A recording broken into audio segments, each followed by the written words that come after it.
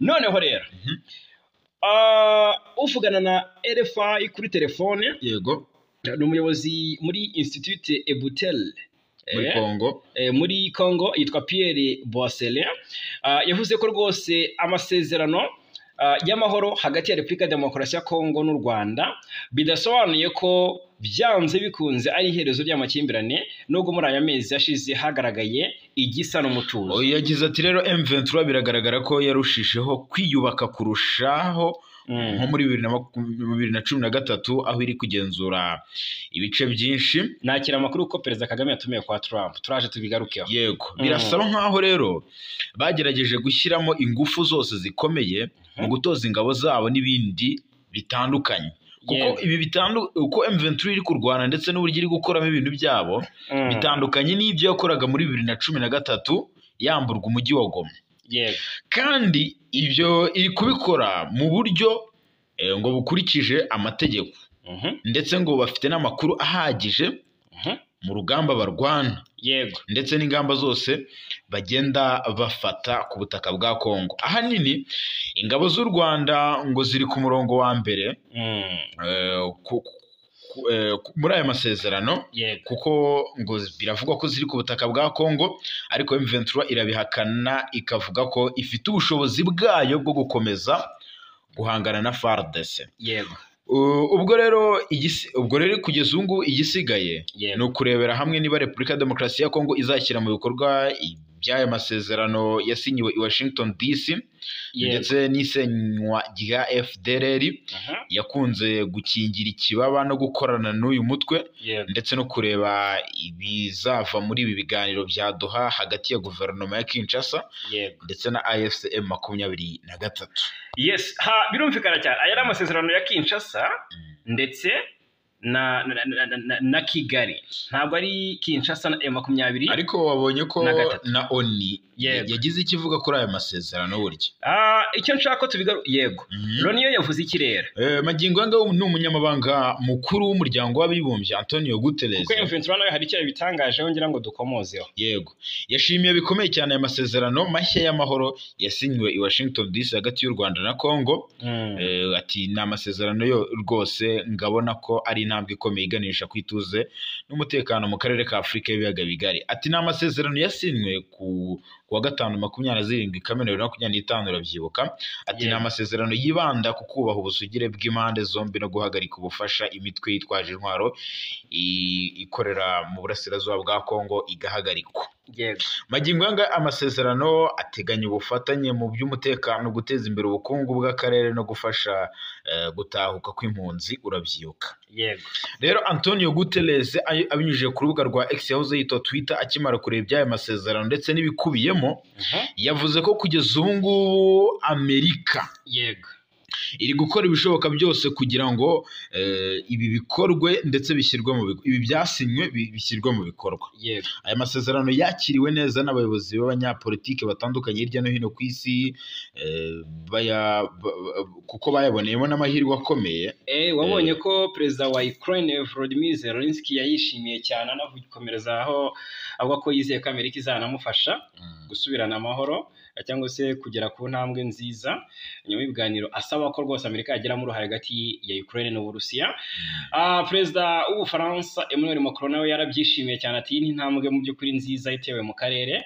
Hanyuma abandi banyacyubahiro bagiye babigarukaho ni Maxime Prévost y'indyarya yagaragaje ko ngo yishimiye ko u Rwanda na Kongo byongeye gusinya amasezerano y'amahoro.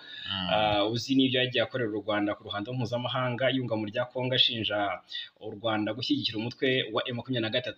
Ni byinshi. Hanyuma ariko wabonye ko ayo masezerano ikigaragaza ko M23 bitasa nkaho byakoraho cyane, ubwo yayishimiye nubwo itagaragaje ko ifite igomba kuyubaha, kubera ko nayo hari ibyo isaba kandi bigomba gushyirwa mu bikorwa. Hari ibyo yirengagije kuko urabyuka bukeye bwaho nyuma y'itariki 27 hari agace M23 yafashe ka Kanyola, ko ni Walungu ni Fizi.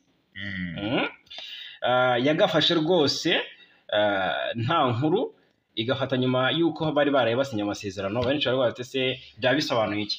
Gusa igihari ni iki? ni inkuru ziri kugenda zivugwa nyuma y'isinywa ry'aya masezerano ndetse na reactions. M23 yari yatinze kugira iki bikomozaho. Icyo yavuze rero yakivuze ku itariki 30 Kamena 2025. Uri wose dese yavuze iki? Turiyambaza ibyatangajwe na Colonel Nanga, ni coordinateur wa AFC M23. Yes, ni itangazo rigaragaza amasezerano y'amahoro u Rwanda na Kongo n'ubundi berutse gusinya nk'intambwe ituzuye ariko y'ingenzi. Noneho rero iri huriro ryabitangaje biciye mu muhuzabikorwa waryo Colonel Nanga mu ijambo rijyanye n'umunsi w'ubwigenge bwa Kongo igishije ku baturage b'iki gihugu. Kuwa gatanu tariki 27 nibwo u Rwanda na Kongo byasinye amasezerano twabigarutseho byose muri rusange. Aya masezerano rero yasinywe nyuma y'imyaka 3 ibihugu byombi birebana y'ingwe kubera intambara leta ya Kinshasa irwanamo n'umutwe wa M23, amahanga avuga ko ashyigikiwe n'u Rwanda. Imwe mu ngingo ikubiye mu masezerano yasinywe nuko ibibazo uriya mutwe ufitanye na Kinshasa bigomba gukemurirwa muri gahunda y'ibiganiro by'Idoha muri Qatar. Nanga rero mu ijambo rye bwana Nsanzimfura yanenze ari amasezerano kuba areba igice kimwe mu bafite aho bihurira n'amakimbirane yo muri Kongo. Agira ati kubeshya abanyagihugu n'amahanga ko nta kibazo kiri muri Kongo, ko ari ikibazo gusa kiri hagati ya Kigali na Kinshasa byaba ari ubushotoranyi butakwihanganirwa. Yavuze ko kandi ariyo mpamvu bo nka AFC M23 bashyigikiye inzira y'ibiganiro bya Doha, y'ibiganiro hagati ya Kinshasa nabo kugira ngo bakemure impamvu muzi z'ikibazo cya Kongo. Yunzemo ko bashima umuhate, kwihangana n'ubushake bwa Qatar na Emir wayo Sheikh Tamim bin Hamad Al Thani kugira ngo bagere ku mahoro arambye. Nanga avuga ko ibyo AFC M23 isaba bitahindutse kandi ko bizagerwaho, ari uko gusa hari uburyo buha umwanya abo mu gihugu kugira ngo hakemurwe impamvu muzizi ikibazo cya Kongo we ashinja ko giterwa n'ubutegetsi bwa Tshisekedi. Urumva aho M23 ihagaze magingo kuri iki kibazo harumvikana, ariko magingo yanga rero nyuma y'irisinywa ry'amasezerano twahise tubona Perezida wa Repubulika y'u Rwanda Paul Kagame yatumiwe kwa Trump. Ubwo kandi yuko ko muri uku kwezi kwa karindwi aza guhura na Tshisekedi bagahurira kwa Trump n'ubundi kuri 27 magingo y'ukwezi. None se biravugwa ko Kagame ari we watumiwe, yagiye se cyangwa hatangajwe itariki agomba kugendera? Yatumiwe kuko yatumiwe hariya kwa Trump, aho magingo yangaya Perezida Donald Trump yamutumiye. Ndetse ngo na Felix Antoine Tshisekedi Chilombo. Trump rero yasinye ku butumire bw'aba bakuru b'ibihugu. Yabusinye kuwa gatanu w'icyumweru gishize nyuma yuko u Rwanda na Kongo byari bimaze gusinya amasezerano. N'amasezerano yashyizweho umukono na Minisitiri Nduhungire ndetse na Therese Kayikwamba Wagner. Perezida Donald Trump kandi muri ubu butumire yageneye Perezida Paul Kagame na Tshisekedi yabashimiye kuba barashyize rimwe bose. Yabatumiriye rimwe. Yabashimiye kuba barashyize iherezo ku makimbirane yari amaze imyaka 20 hagati y'u Rwanda na Kongo.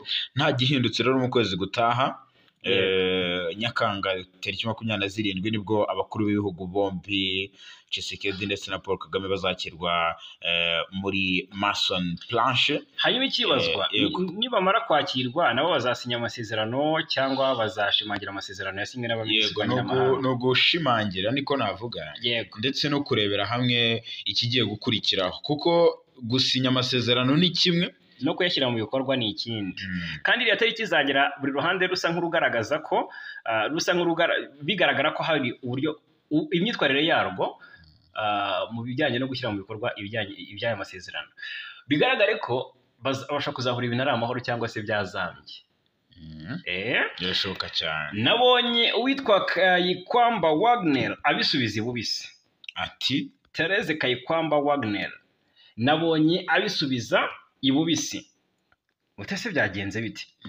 Kayikwamba urumva Nduhungirehe yaraje aganira n'itangazamakuru agira byinshi atangaza n'ubundi kwishyirwa mu bikorwa ry'aya masezerano ndetse n'icyamasezerano avuze, kuko twari twagarutse ku bijyanye ku ngingo 9 zikubiye muri aya masezerano, ariko isenywa ry'umutwe wa FDLR ryagiye riba ikibazo gikomeye yego wenda ushobora kuvuga ati se koko birashoboka Kinshasa yakwemera gusenya uyu mutwe kwikura ndabivuga gute se kwikiza FDLR abenshi bakaba bati bikubiye gake Kayikwamba ariko we yaje kuvuga ko ngo yego pe amasezerano yarasinywe ariko nta tegeko nta ngingo ihana utazashyira mu bikorwa aya masezerano benshi rero bacitse urondogora bavuga ati noneho Kayikwamba yagaragaje ko Kinshasa idafite umuhati cyangwa se ubushake bwo kugira gute bwo gushyira umukono ku masezerano kubahiriza ibijyanye n'amasezerano bashyiriyeho umukono biravugwa ko Kongo yaba yaje kwimyoza imoso Kayikwamba agaruka Kinshasa ngo hariya muri Palais de la Nation bicara batari ko ibintu dukoze twabitekerejeho birashoboka ko rwose twabona Kongo itabyitaho kubishyira mu bikorwa ariko ikagitanga excuse gute se u Rwanda kuki rutakuyeho yafatirwa ibihano ariko u Rwanda rutakuyeho ubwirinzi ariko ejo twanyuraga muri article wabonye ko ari zira ngingo 9 zose buri imwe izagikorwa uko bikurikirana ntago hazubahirizwa ingingo ya 7 iya 6 itagize gute itubahirijwe nuko ngo harasabwa cyangwa se hakenewe ko kuva ku ya mbere kujya ku ya kera uko zikurikirana zose niko bizagenda kandi yo gusinya FDLR imbere yo gukora ubwirinzi ku ruhande rw'u Rwanda ibintu ndakubwira ko bikikomeye ni intambwe nziza yatewe ariko biracyakomeye reka abantu bacu tubabwire ni ubutumwa ngo bwashyizwe hanze busaba kwirengagiza propaganda y'itangazamakuru rishyigikiwe n'ubutegetsi bwa Kinshasa dore rero rwanatanze imfura ukuri 10 ku bijyanye n'impinduramatwara ngo ya M23 nabonye ku rubuga rwa X zero Twitter ariho byatangarijwe urumva na Alliance Fleuve Congo abarwanyi ba M23 ubwo cyambere rero bavuga ubwo ni ukuri 10 ku bijyanye n'impinduramatwara ya M23 ngo abarwanyi ba M23 ngo nabana b'impunzi babaza imyaka irenga 30 mu buhungiro urabyemera ntubyemera ndabyemera cyane ubu buhungiro rero ngo bwatangiye ubwo Ubufaransa bwafashije abakoze jenoside mu Rwanda guhungira muri Kongo bafite intwaro maze batangira kwica no gutabateza abatutsi b'abanyekongo urabyemera icya gatatu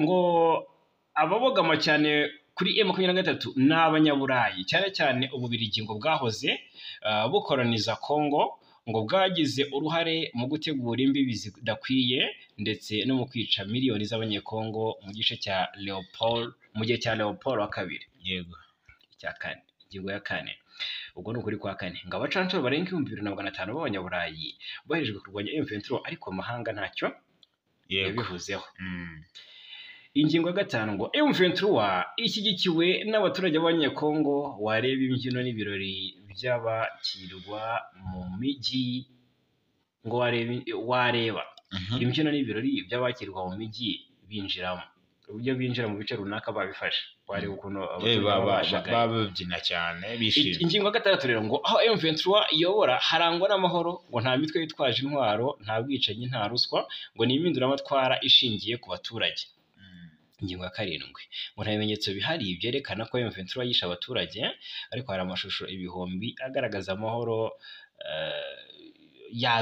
yabuze bikagaragaza amahano akorwa na FRDC n'imitwe yishyigikiye ati tegereza utekereze neza uwo mugambi ati tekereza neza uwo ugomba gushinja ubwo niho gukebura abashinja M23 guhonya uburenganzira bwa muntu ubwo ni imiryango ya Human Rights Watch irabwirwa ahangaha na za Loni nibyo rero bamwe bavuga ngo ubwo ni ingingo ya 8 nibyo bamwe bavuga ikinyarwanda ariko atariko n'abanyekongo si abanyarwanda ingingo ya 9 rero ngo M23 ni igice cy'umuryango mugari wa AFC uhuza amoko n'uturere twinshi twa Congo si ikibazo cy'ubwoko icya 10 rero cyangwa se ingingo ya 10 nayo ya nyuma ngo kuki tudashyikira M23 ni impinduramatwara y'abanyafrika igamije ejo hazaza ha Congo ubwo rero izi nyungu zose kwa 10 ngo ni ukuri 10 kubijyanye n'impinduramatwara M23 nanubu birakomeje aho ibice bari kubibahoza ku bwinshi n'amagingaya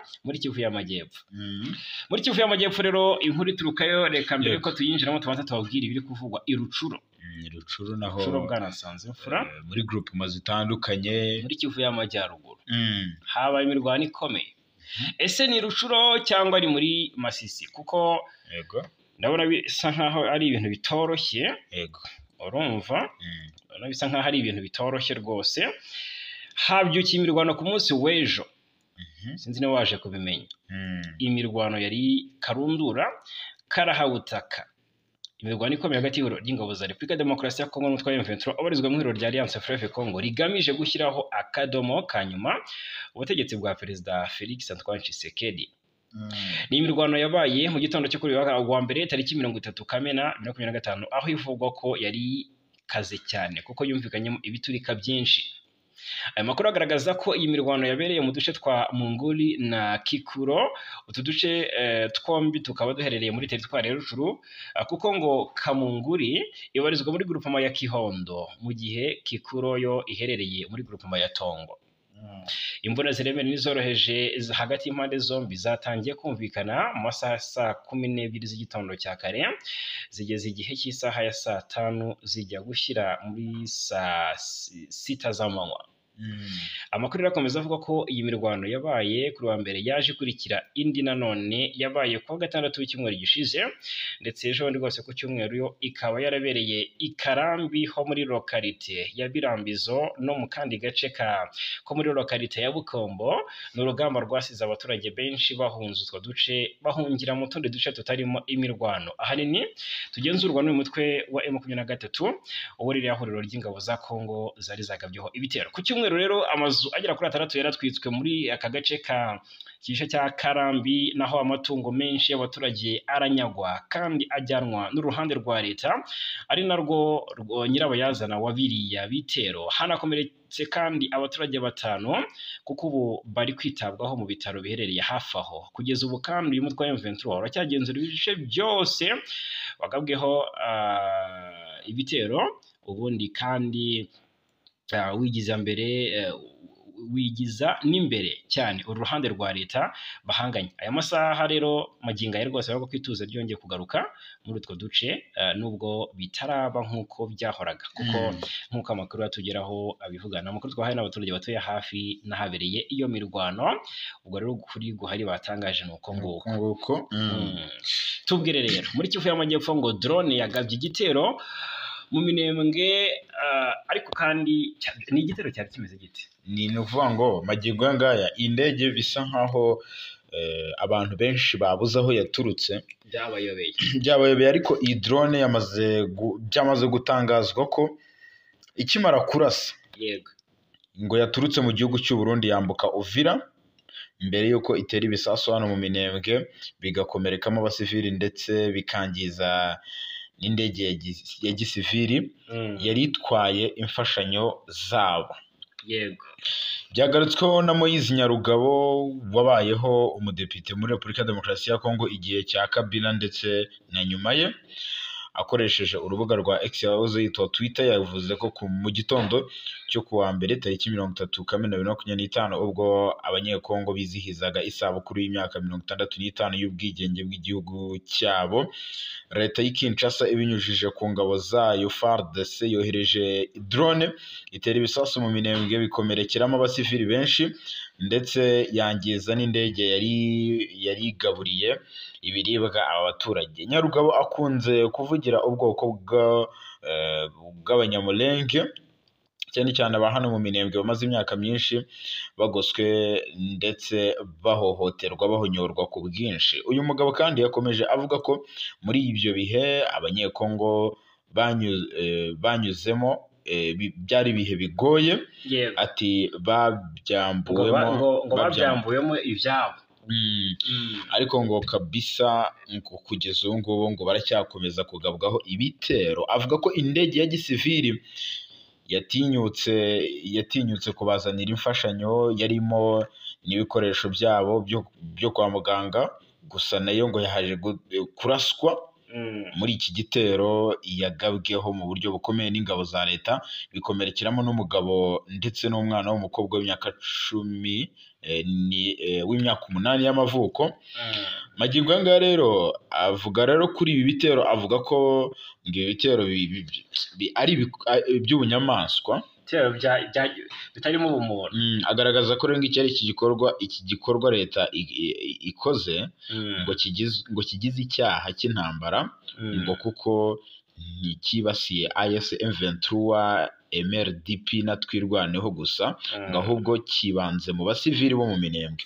Hejuru y'ibyo Moise Nyarugabo yasobanuye ko aya makuru yahawe yerekana ko iyi drone yateye ibi bisasu ishobora kuba yavuye mu Bujumbura yambuka Uvira mbere yuko igana mu misozi y'Umulenge mu murwa mukuru wa hano mu Minembwe. Ati dufite amakuru avuga ko iyi drone ishobora kuba yaturutse i Bujumbura ikaza kugaba ibitero hano, ndetse yoherejwe na Kinshasa. Yego. Yoherejwe na Kinshasa. Nje nabonye titre y'aya makuru ndavuga se yaturutse drone, kubera ko ntago nigeze nyifungura, nayiretse gutyo shaho, kuko hari inkuru yari yavuze kuri drone yagabye igitero mu Minembwe, ariko hari inkuru yaje ikurikira. Hari indi drone, indege ya PAM yarizanye imfashanyo z'ibiribwa mu baturage hano, niyo yavugaga yarashwe. Hano baravuga ngo Congolese army drone strikes Minembwe, injures civilians and destroyed aid plane.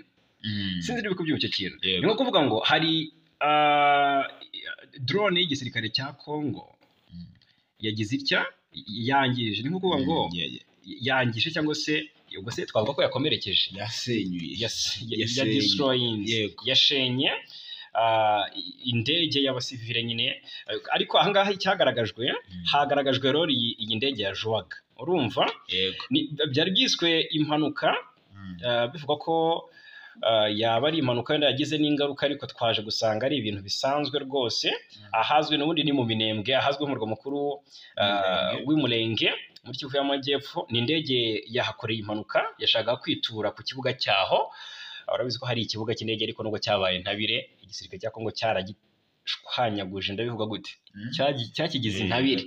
Ubwo rero yari amakuru yarakuye mu butumwa twari twayagarutseho, yarakuye mu butumwa bwanditswe twahawe na Minembwe Capital News, aho yavugaga ko rwose iyi ndege yahushije ubwo yari igiye ngo kuyika hasi ku kibuga cyayo kiri ku Kiziba, igwa hakurya ahitwa ngo Kuwigishigo, tariki 29. Ubwo rero byavuzwe ko ngo hari indege yari ije kwitura kuri iki kibuga cy'indege cya Kiziba, irahusha igwa hakurya Kuwigishigo.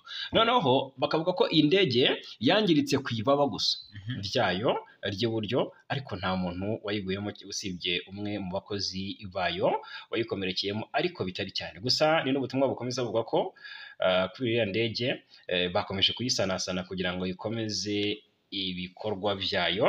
Utuye hariya rwose waduhaye amakuru yavuze ko atazi ubwoko bw'iyi ndege, ariko ko ari ishyirahamwe rya PAM rishinzwe ibiryo mu muryango w'abibumbye. Avuga ko atazi ubwoko bwayo, ariko ngo si kajugujugu, ati ni iya PAM. Rero byabaye ku itariki 29 Kamena, bikanavuga ko rero yari ivuye Bukavu ku murwa mukuru wa Kivu y'Amajyepfo, ikaba yari igemuye ibiryo ku baturage bagiye bakorwa mu byabo mu bice binyuranye bya Minembwe kubera intambara zayogoje ako gace. Noneho ku rundi ruhande ariko haratinywa ko drone y'ingabo za Congo yagaruka. Byari muri uwo mugoroba bitangazwa, hari hatangajwe ko bishoboka ko iyi drone y'ingabo za Congo yaza kugira gute kuharasa. Uzi ko byarangiye ko kibikoze, byarangiye bibaye. Makuru yarazwi, ashaka kuba abantu bari mu Burundi byarangiye aribo batanze aya makuru. So nibyo ngibyo rero, urumva ko nibyo amakuru yo nayo aturuka mu Minembwe, nayo ngayo makuru mabi cyane. Ni mabi kuko ibyangiritse ni byinshi, abasivili bahakomerekeye, bandi bararaswa mu buryo bukomeye. Yego, reka tubabwire ko Tshisekedi yatanze icyizere ku masezerano u Rwanda na Congo biherutse gusinyana, nawe yagaragaje ko rwose hari ibintu bishobora kuzatanga umusaruro. Urumva? Yego, rero abantu bacu baze kutubwira ese barabibona bate, ese koko Kinshasa iri mu mujyo mwiza wo kuyashyira mu bikorwa. Ko Kayibanda Wagner, minisitiri w'ububanyi n'amahanga, yagaragaje ko nta tegeko ngo nta ngingo ihari hana utazashyira mu bikorwa. byatumye rero benshi bibaza bati ese koko nibyo bisobanuye ko gushyira mu bikorwa by'aya masezerano bitari ngombwa ku ruhande rwa guverinoma Kinshasa. Tuzakomeza kugera tubireba. Noneho rero muri Repubulika ya Demokarasi ya Kongo, mu ibaruwa yandikiwe Perezida wa Repubulika ya Demokarasi ya Kongo, tunavayo duhita tunyarukira i Rubavu, ni inkuru y'incamugongo iturukayo. Mu ibaruwa yandikiwe Perezida wa Repubulika, abayobozi b'amakomine yo muri Repubulika ya Demokarasi ya Kongo bamaganye ikibazo bavuze ko gikomeye cyo kumara amezi 32 batabona imishahara, amafaranga bakoresheje atarishyuwe ndetse no kutabona agahimbazamusyi. Ariko ubwo tuvuge amasaha yose y'akazi urayubahiriza ndetse n'amategeko, ni gute umara amezi 32 utarafata n'igiceri? Imyaka myinshi agahiye, imyaka igera kuri 5. ubwo abakoresha bagira umutima. Noneho ni raporo y'umwanditsi w'inama y'abayobozi b'amakomine yitwa Kasilda Kibondo Kininde, akaba n'umuyobozi wa komisiyo ya Basoko n'intara ya Kwilu, ivuga ko nta muyobozi wa komine wigeze ahembwa kuva vemezwa n'iteka rya perezida. Ati tubabajwe no gutererana burundu inzego z'ubutegetsi zegerejwe abaturage kwa guverinoma nkuru itakizi uburyo bwo kubafasha cyangwa kubaherekeza. Turabara hafi amezi 32, turi ababyeyi b'imiryango bakorera leta, turi mu kaga gakabije. Noneho rero kubwe nk'uko tubikesha Radio Okapi, nubwo minisiteri bashinzwe yabahaye nimero zibaranga, abayobozi b'amakomine bafite ikibazo cyangwa se bafite ibibazo by'imibereho bikomeye bihungabanya cyane imikorere y'ubuyobozi bw'inzego z'ibanze. Rero banaboneyeho gutanga umuhamagaro wihutirwa usaba uruhare rw'umukuru w'igihugu kugira ngo iki kibazo gikemurwe, basanga cyihutirwa kandi ari ngombwa kugira ngo amakomine akore neza gikemuke. Ariko ikibazo gikomeye. Martin Fayulu nawe yagize icyo agira ate, yagize icyo avuga. Dukubite tubangura.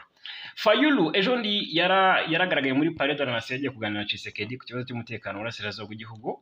Bigaragare ko Tshisekedi yari yaciye bugufi ngo agirwe inama na Fayulu batavuga rumwe, kuko bivugwa ko mu matora yo muri 2019 ubundi Fayulu niwe wari watsinze. Noneho Tshisekedi amwiba amajwi, ariko bivugwa ko byagizwemo uruhare na Colonel Nanga ndetse ngo ari n'umugambi wateguwe na Joseph Kabila. Yego, uyu Fayulu rero nabonye yasabye amahanga yose ubufasha mu rwego rwo gukemura ikibazo cy'umutwe wa FDLR.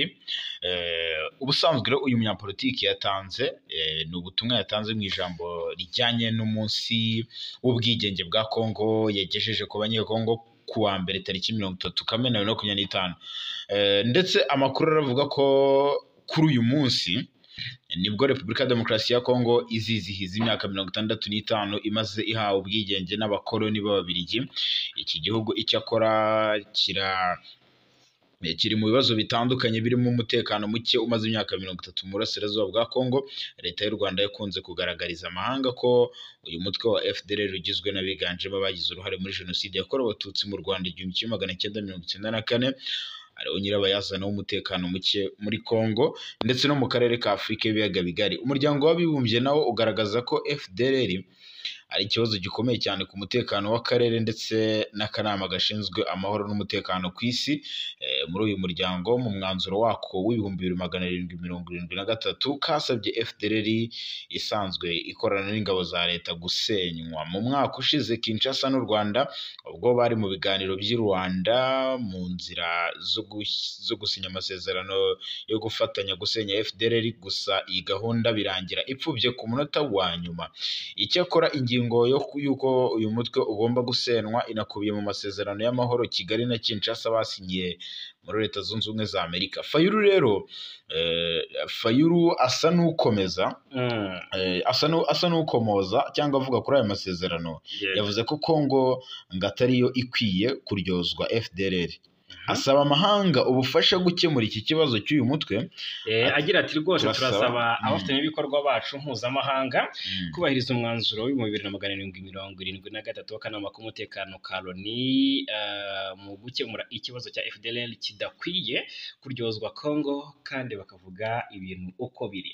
Fayulu rero kandi yunzemo ko igitero avuga ko Congo yagabweho kidakwiye kwitwa ingamba z'ubwirinzi nk'uko bigaragara mu masezerano y'amahoro y'u Rwanda na Repubulika Demokarasi ya Congo. Mbere y'aya makuru aha Congo umukono wo gusenya FDLR umukoro wo gusenya FDLR yabirangiza u Rwanda rwo rukavanaho ziriya ngamba zashyizweho, ingamba rwashyizeho mu rwego rwo kwirinda ko umutekano warwo wahungabana. Yego, kenshi hano mu Rwanda inkuru y'akababaro rwose, umurambo w'umukobwa w'imyaka 20 wasanzwe mu murima w'icyayi, ariko urumva ko abenshi baje bati se ibintu biracyabaho.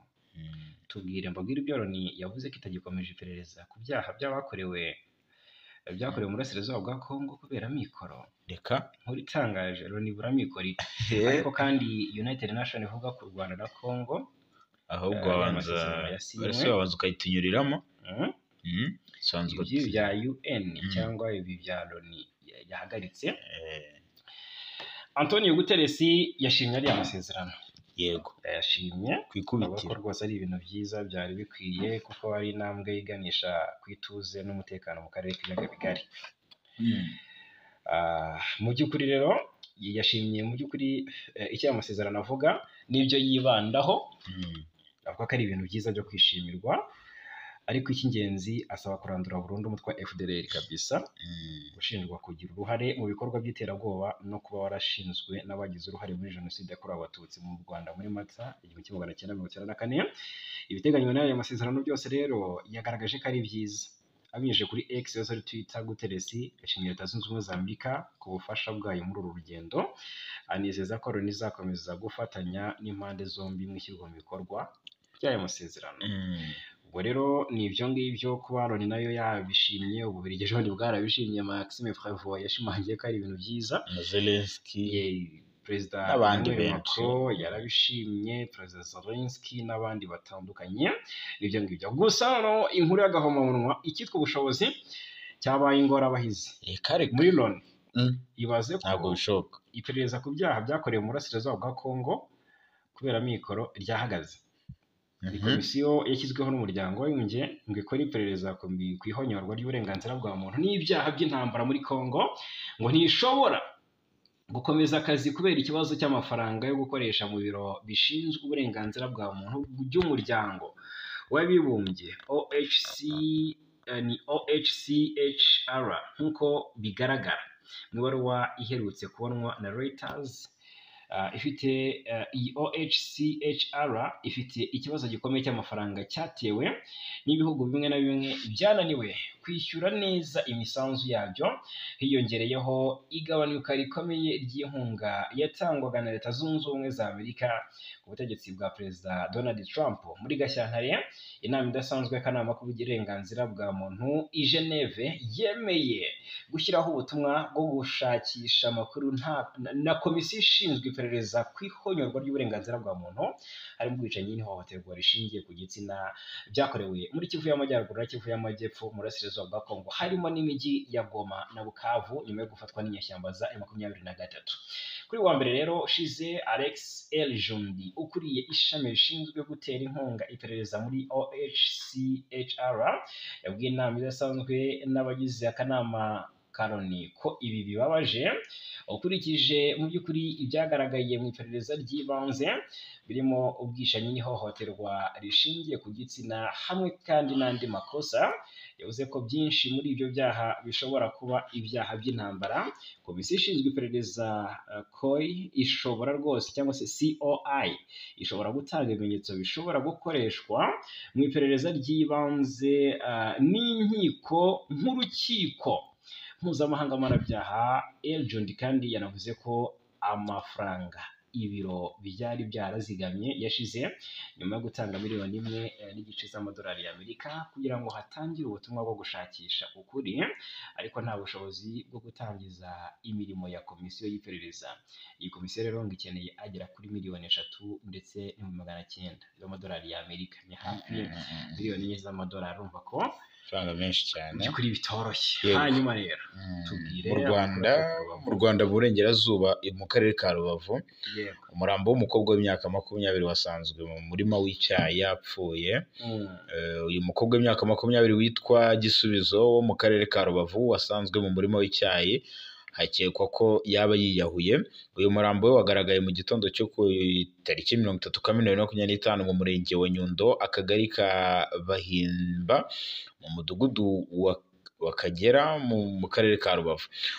Umunyamabanga nshingwabikorwa w'uyu murenge wa Nyundo, Nyiransengiyumva Monique, yabwiye ikinyamakuru igihe.com ko iperereza rikomeje kandi bakomeje kureba icyateye uru rupfu. Ati nibyo koko Gisubizo yasanzwe yapfuye ari mu murima w'icyayi, iperereza riracyakomeje kugira ngo bamenyekane icyaba cyamwishe. Yakomeje avuga ko rero umurambo wa nyakwigendera wahise ujyanwa mu buruhukiro bw'ibitaro bya Gisenyi gukorwaho isuzuma mbere yo gushyingurwa. Hari amakuru rero avuga ko kugeza ubu ngubu nyakwigendera yaba yiyahuye, kuko hafi aho ngaho hasanzwe umuti ukoreshwa mu kwica udukoko mu myaka uzwi nka rokete, niwo ngo yaba yanyoye. Akaba rwose wamunanguye. Urako bitoroshye.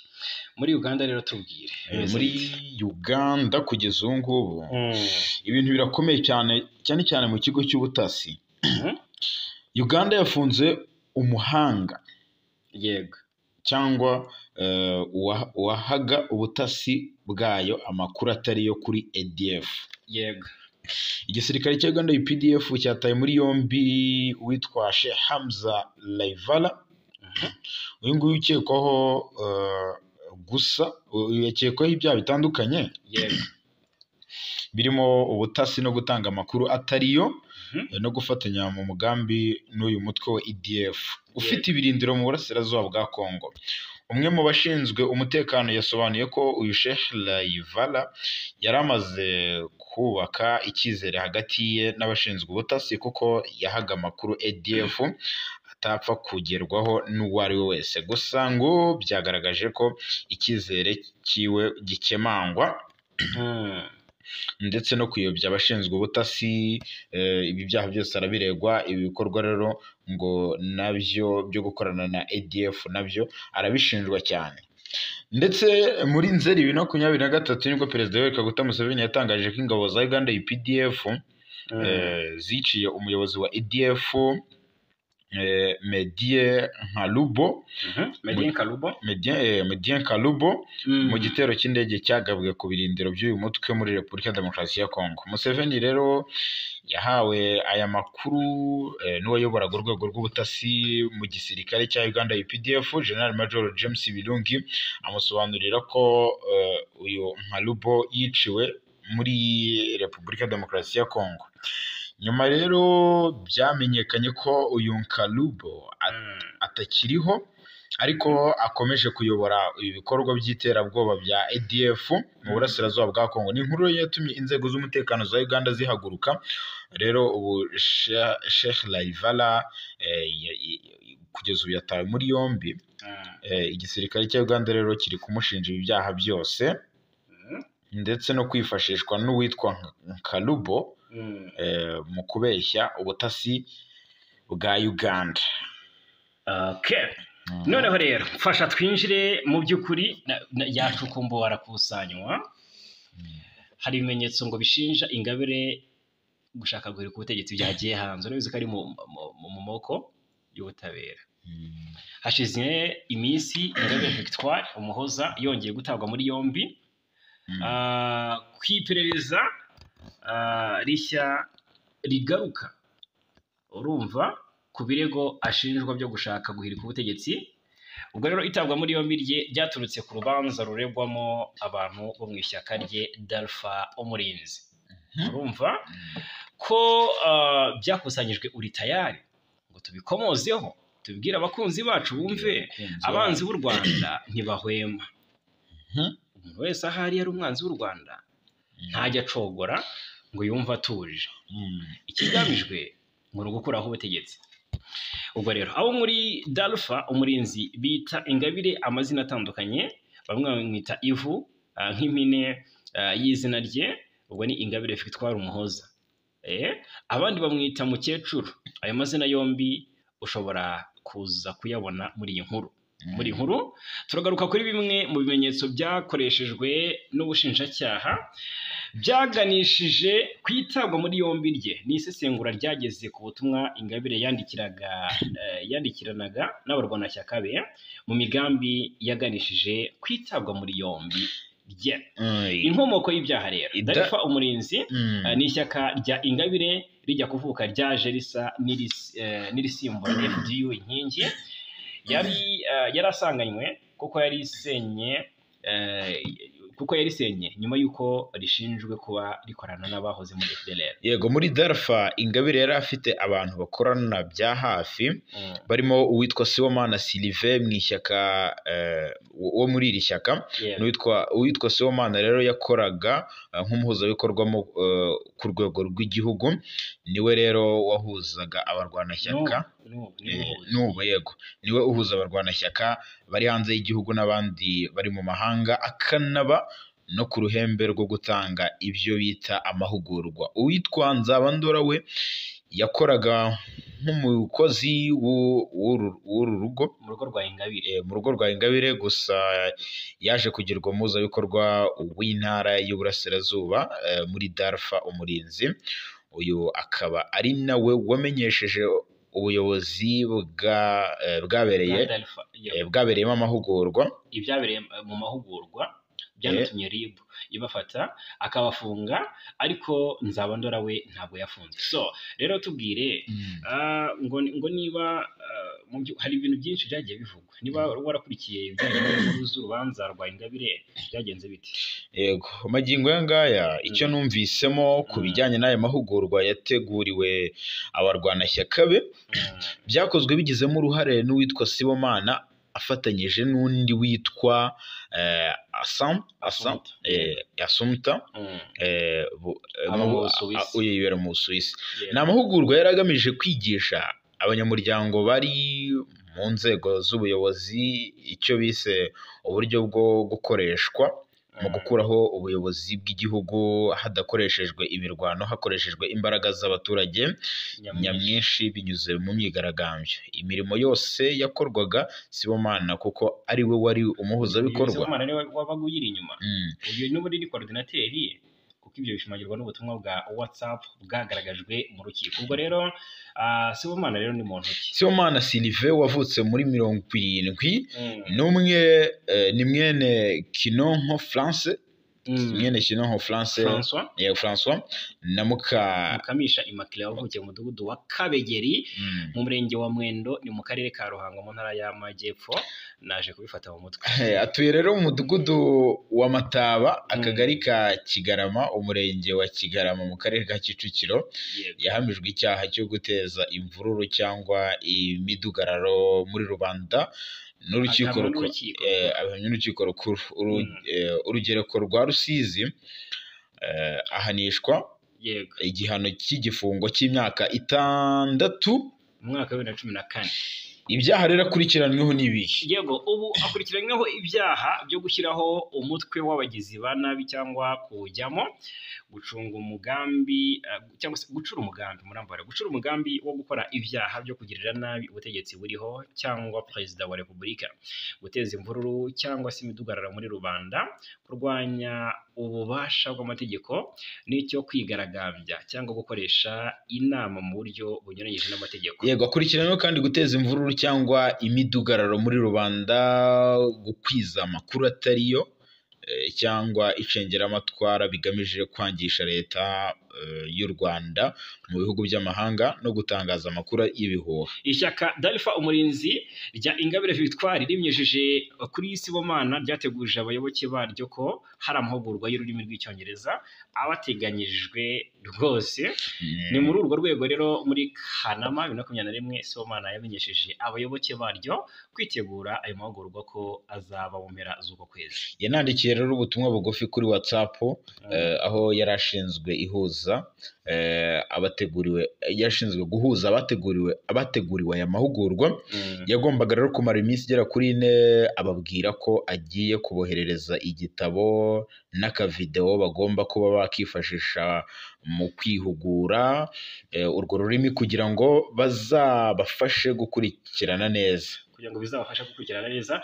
Ariko ngo amatariki y'ingenzi cyane hagati ya tariki 14 na 20 Kanama 2021 Sibomana yamenyesheje abagombaga guhugurwa ko bafungura application yitwa ngo ni Jitsi Meet kuri telefone zabo, abamenyesha ko rwose mu kwinjiramo bagomba gukoresha amazina atari ayabo. Noneho rero tariki 20 Kanama 2021 Sibomana yasabye uwitwa Nzabandora izina ry'irihimbano yazakoresha mu cyumba cy'amahugurwa, bumvikana gukoresha Rukundo, ariko bukeye amwohereza ubutumwa kuri WhatsApp amusaba gushaka amazina y'ibihugu cyangwa se ibindi bintu, amuha ingero z'amazina ya Turkiya, Morocco ndetse na Egypt, ndamubwira ko agiye kwiyita Turkey.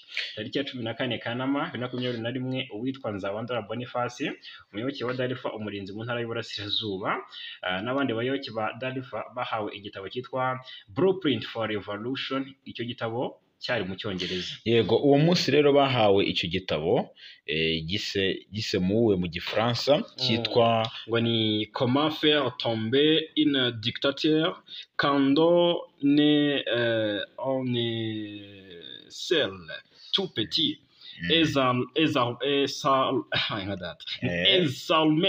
Salme. Yego, niko kuvuga ngo ni gute wakuraho umunyagitugu mu gihe uri rukumbi cyangwa se uri wenyine, nta mbaraga nta n'intwaro ufite. Ibyo bitabo rero byanditswe n'umunyaserbiya witwa Sardar Popovic, wagize uruhare mu gukuraho ubutegetsi bwa Slobodan Milosevic.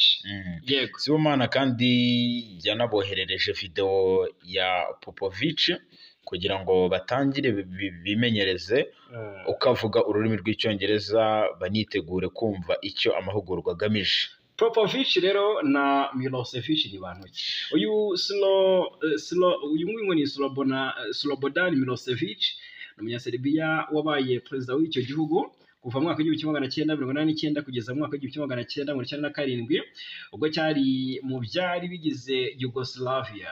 Yabaye kandi umukuru w'igihugu gishya cya Yugoslavia kuva mu mwaka w'1997 kugeza muri 2000, nyuma y'uko habayeho itandukana ry'ibihugu birimo Serbia, Croatia, Bosnia Herzegovina ndetse n'ibindi bigize Yugoslavia ya kera. Azwi cyane kandi kubera intambara yarwanye muri Yugoslavia muri 90 n'urudaca rw'amakimbirane rwakurikiye itandukana rya leta zari zihuriye muri Repubulika ya Yugoslavia. Milosevic yaharaniraga ko Serbia ikomeza kugira ijambo nyamukuru mu karere ibyo bihugu byari biherereyemo, rwose akanashyigikira ukwigenga kw'abanyaserbiya babaga batuye muri ibyo bihugu bindi. Ibyatumye habaho urugomo n'intambara muri Bosnia, Croatia ndetse na Kosovo. Yavuye ku butegetsi rero abuhiritsweho mu 2000 nyuma y'imyigaragambyo y'uruhererekane yamaganaga ubutegetsi bwe ubwo yari yarahawe izina rya Bulldozer Revolution. Uyu Slobodan Popovic we ni impirimbanyi y'umunyaserbiya uri mu batangije Outpol itsinda ry'urubyiruko rwagize uruhare mu gukura ku butegetsi perezida Slobodan Milosevic mu mwaka w'ibihumbi bibiri. Uyu Otpol yashinzwe iyi Otpol yashinzwe muri 1998 yakoze ubukangurambaga ku rundi rubyiruko rubarizwa mu bihumbi mu bikorwa byo kwamagana ubutegetsi, ariko bikorwa mu mutuzo hakoreshejwe amayeri atandukanye, hakoreshejwe kandi n'amayeri yo kwifashisha urwenya ku buryo bakoraga ibintu bisetsa abantu, ari nako banatuma batekereza ku butegetsi buriho. Tariki ya 23 Kanama 2021 nibwo Sibomana yoherereje Nzabandora Boniface link ya Google Play Store yakoresha mu gushyira muri telefoni ye iyi application yitwa Jitsi Meet. Nyuma y'iminsi 5 gusa kuri 28 Kanama 2021 Sibomana yakoresheje nimero ya telefoni itariye ibaruye ku witwa Gasengayire Leonire, yohereza Nzabandora Boniface ubutumwa kuri WhatsApp amenyesha ko rwose amatariki y'amahugurwa ari 13 Nzeri na 16 Nzeri y'amahugurwa, ari ku itariki ya 10 ndetse na 23 Nzeri, amubwira ko azajya atangira saa 11 z'umugoroba akarangira saa 12 n'igice z'umugoroba. Tariki ya 2 Nzeri 2021 Sibomana yibukije abagombaga guhugurwa barimo Nzabandora akoresheje nanone WhatsApp ko hari link kuri YouTube yabohereje ngo yabohereje ngo bayifungure, bityo bitoza imvugo y'uzatanga amahugurwa. Tariki 8 Nzeri 2021 nibwo Sibomana kandi yoherereje abagombaga guhugurwa ubutumwa bwongera kubibutsa inama ko kuri tariki ya 9 Nzeri 2021 ko yegereje. Tariki ya 9 Nzeri 2021 Sibomana nibwo yahise yohereza Nzabandora na bagenzi be link yo kwitabira inama yigerageza, anabahereza amafaranga 1000 burya ngo kuri Momo yo kugura megabyte za internet. Kuri iyo tariki rero nibwo iya 9 Nzeri 2021 guteguza operation yo gukora ubutegetsi amanite y'igihumbi. Nibyo inama yarabaye. Abo rero Nzabandora kugeza ubu ngubu barimo Nzabandora nyine yamenye ko abayitabiriye harimo ni Pepino wari uyoboye inama, hari na Grace ari we Sibomana yitwaga Grace. Urumva bari barahinduriye amazina. Uyu Franklin ari we ngo ni Rucubanganya Alex uhagarariye Dalfa umurinzi mu karere ka Ngoma, harimo na Brown Clever ni Vidi n'uwitwa Sasha. Amahugurwa rero yatangiriye ku ngingo yiswe Vision for Tomorrow, yibanda ku kumvisha abayitabiriye kurwanya ubutegetsi bw'igitugu, ko kuburwanya rwose ukoresheje ingufu bidashoboka, cyane nko mu gihugu cyabo cy'u Rwanda aho imyigaragambyo itemewe, ahubwo ko hagomba gukoreshwa izindi nzira kuko bituma leta ntawe yica. Isomo rya kabiri ryatanzwe ku munsi wo ku wa gatatu w'amahugurwa tariki ya 20 Nzeri 2021 ayobowe nanone n'uwitwa Sandra Anna,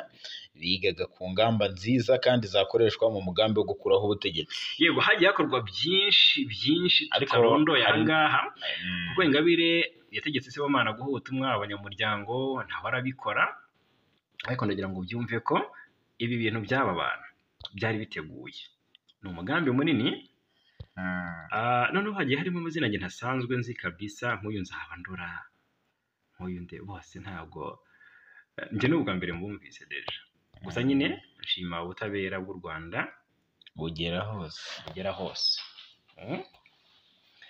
Ngaye nguko rero abanzi b'u Rwanda n'icyo bababwira Bwana Nsanzimfura, icyo babwira abanzi b'u Rwanda basubize amerwe mu isaho, basubize amerwe mu isaho kuko ntawe utwika inzu ngo ahishe umwotsi. Oya si inzu baratwika iyi, baratwikisha ikihe kibiriti, birakomeye ntabwo